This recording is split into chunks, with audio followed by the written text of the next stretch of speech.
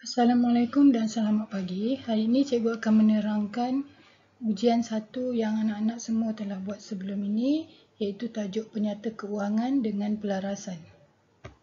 Okey, kita rujuk soalan dulu. Soalan ini adalah soalan tajuk penyata keuangan dengan pelarasan.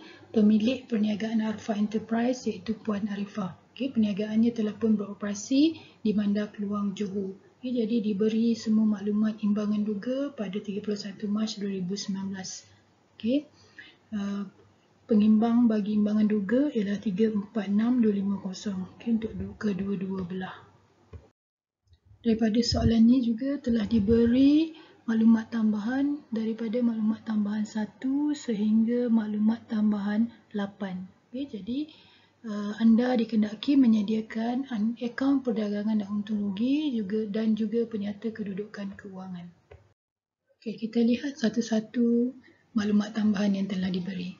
Yang pertama, maklumat tambahan tu diberi inventory, ada 4 jenis inventory.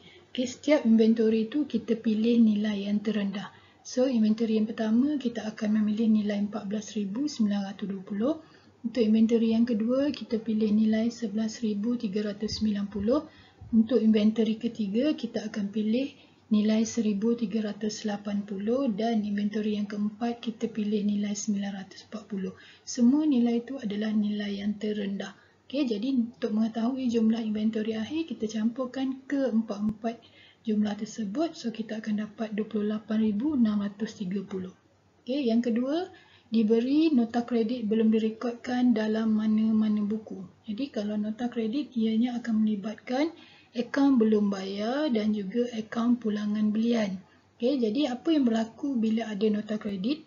Akaun belum bayar akan berkurang dan akaun pulangan belian akan bertambah. Jadi wujudnya akaun pulangan belian. Okey, kita tengok maklumat tambahan yang ketiga. Okey, diberi bahawa faedah atas pinjaman adalah sebanyak 8% setahun. Jadi kita akan kira nilai bagi faedah atas pinjaman 8% daripada 20,000. 20,000 tu dapat daripada mana? Daripada imbangan duga. Okay, di imbangan duga diberi pinjaman 20,000. Jadi selepas kita kira, kita akan dapat RM 1,600. Okay, kita rujuk imbangan duga lagi sekali. Kita tengok dalam imbangan duga tu dah ada faedah atas pinjaman. Okay, faedah atas pinjaman yang diberi dalam imbangan duga ialah sebanyak 1,200. Yang kita kira 1,600. Jumlah yang sebenar ialah 1,600. Jadi berlakunya faedah atas pinjaman belum bayar sebanyak 400 sebab dalam imbangan duga dah bayar 1,200. Nilai yang sepatutnya ialah 1,600. Jadi 1,600 tolak 1,200. Okey, maklumat tambahan yang keempat diberi bahawa hutang lapuk dihapuskan 400. Jadi dekat sini bila ada hutang lapuk dia akan melibatkan akaun belum terima. Jadi bila ada hutang lapuk juga akaun belum terima akan berkurang sebanyak 400. Jadi nilai akaun belum terima yang baru ialah 17,700. Daripada imbangan duga nilainya ialah 18,100. Lepas tu kita akan tolak dengan 400. Sebab itu dapat 17,700. Seterusnya akan wujud akaun hutang lapuk yang baru sebanyak 400. Jadi nilai hutang lapuknya akan bertambah daripada 300 yang lama tambah dengan 400 yang baru. Yang lama tu dapat daripada imbangan duga. Jadi total bagi hutang lapuk yang akan dipindahkan ke akaun untung rugi ialah 700. Maklumat tambahan yang kelima pula ialah peruntukan hutang ragu. Peruntukan hutang ragu diselaraskan 2% atas akaun belum terima bersih. Okey, akaun belum terima bersih ialah 17,700 daripada maklumat tambahan 4. Jadi kita kira peruntukan hutang ragu 2% darab dengan 17,700 kita akan dapat 354. Jadi berlaku pertambahan peruntukan hutang ragu sebanyak 234. Asalnya dalam imbangan duga 120, kita kira yang baru 354. Jadi dari 120 telah bertambah menjadi 354. Jadi berlaku pertambahan peruntukan hutang ragu sebanyak 234. Okey, dan maklumat tambahan yang seterusnya yang ke-6, sud nilai diberi mengikut kaedah yang telah ditetapkan. Premis tiada sud nilai. kenderaan pula 10% atas kos. Okay? Kalau atas kos adalah kaedah garis lurus. Jadi formulanya ialah harga kos darab dengan peratusannya lah 10% darab dengan 60,000. 60,000 ialah harga kos. So kita akan dapat susut nilai kenderaan untuk tahun ini ialah 6,000. Maka susut nilai terkumpul kenderaan telah bertambah daripada 6,000 yang lama tambah lagi 6,000 yang baru tahun ni. So totalnya ialah 12,000. Dan akhir sekali kita akan kira susut nilai perabot. Okey, perabot ialah 20% setahun mengikut kaedah baki berkurangan. Baki berkurangan rumusnya atau formulanya ialah peratus darab dengan harga kos ditolak dengan susut nilai terkumpul. Jadi dalam imbangan duga dah ada susut nilai terkumpul perabot 1,000. Jadi kita tolakkan 5,000 tolak 100 darab dengan 20%. So kita akan dapat 800. Okey, seterusnya kita lihat maklumat tambahan yang ketujuh. Insurans dibayar untuk setahun bermula pada 1 Oktober 2018. Maksudnya, kalau dia mula 1 Oktober, ianya akan berakhir sehingga 30 September 2019. Maknanya dari 1 Oktober 2018 kita kira 12 bulan. Okay, sebab itu sehingga 30 September 2019. Dan seterusnya kita tengok tempoh kewangan kita berakhir pada 31 Mac.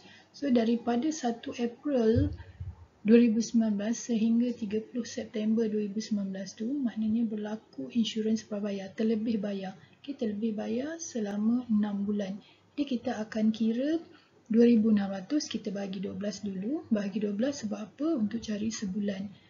Dan kita akan darab dengan 6 bulan, kita akan dapat 1,300. 1,300 ini adalah insurans prabayar yang kita akan masukkan dalam penyata kedudukan kewangan di bawah aset semasa. Okay. Dan baki 1,300 lagi kita akan masuk dalam akaun untung rugi bahagian belanja 2,600 tadi tolak dengan prabayar 1,300. So kita akan dapat insurans sebenar yang dibayar sepatutnya ialah 1,300. Okey, seterusnya kita tengok maklumat yang terakhir. Wang tunai telah diterima daripada pelanggan secara tunai sebab jualan barang niaga lah kat sini. Okey, belum direkod dalam mana-mana buku. Jadi dekat sini berlaku pertambahan dalam jumlah jualan.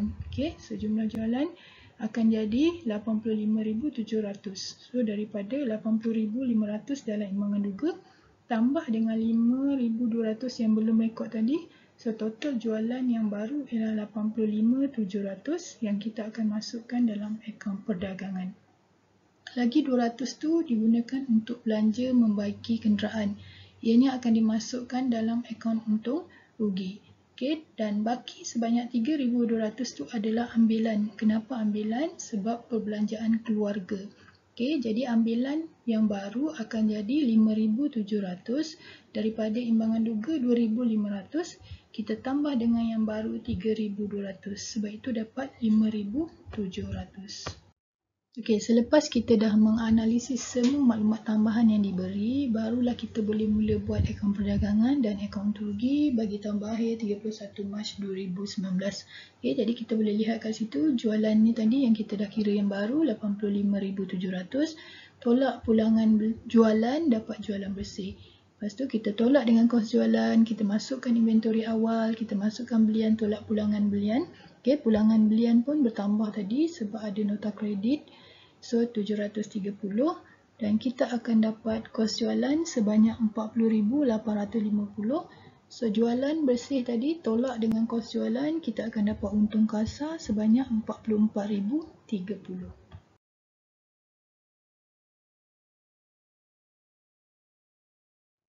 Lepas tu kita akan tambahkan dengan hasil. Okay, hasil hanya ada komisen diterima, okay, tiada pelarasan dan tolak dengan belanja iaitu angkutan keluar, pertambahan peruntukan hutang ragu, hutang lapuk, insurans, alat tulis, gaji, diskaun diberi, kadar bayaran, susut nilai kenderaan, susut nilai perabot, faedah atas pinjaman dan belanja membaiki kenderaan.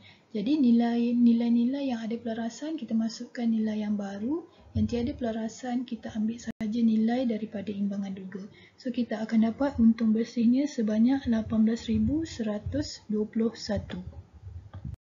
Last sekali, barulah kita boleh buat penyata kedudukan kewangan pada 31 Mac 2019.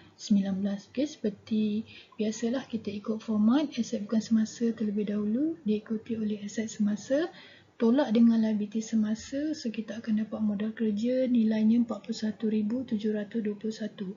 So, anak-anak kena ingat modal kerja ni wajib ditulis. Okay, butirannya mesti ada modal kerja, nilainya pun mesti ada 41,721 untuk mendapatkan markah.